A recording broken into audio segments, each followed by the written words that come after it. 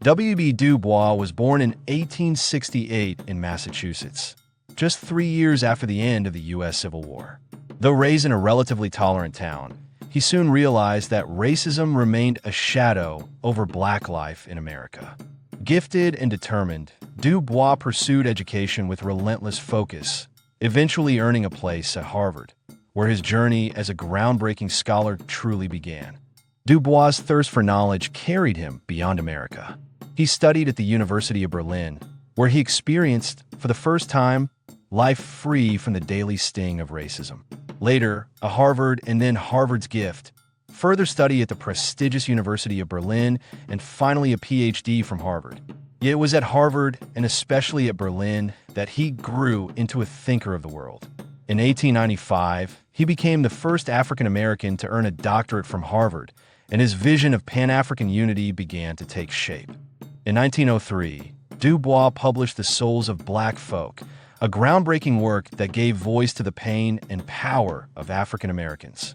He introduced the idea of double consciousness, the struggle of being black in a world that measured worth through white eyes. But Dubois was not only a scholar, he was an activist. In 1909, he co-founded the NAACP, fighting for civil rights through protest, the courts, and the power of words. His pen and leadership inspired a generation to believe that equality was not a dream, but a demand. Dubois' vision reached far beyond America.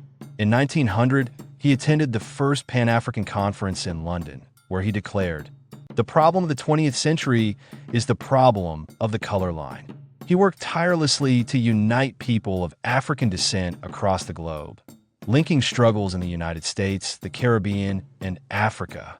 His leadership in Pan-African Congresses inspired movements for independence, urging Africans to stand against colonial rule. For Dubois, the fight for black freedom was not local, it was global. Dubois was not only a scholar, he was a fighter with ideas sharper than swords. He helped organize Pan-African Congresses after World War I, demanding that colonial powers recognize the rights of African people. He inspired a new generation of leaders, from Kwame Nkrumah to Jomo Kenyatta, who carried his dream into the independence movements. For Dubois, the liberation of Africa was inseparable from the dignity of black people everywhere.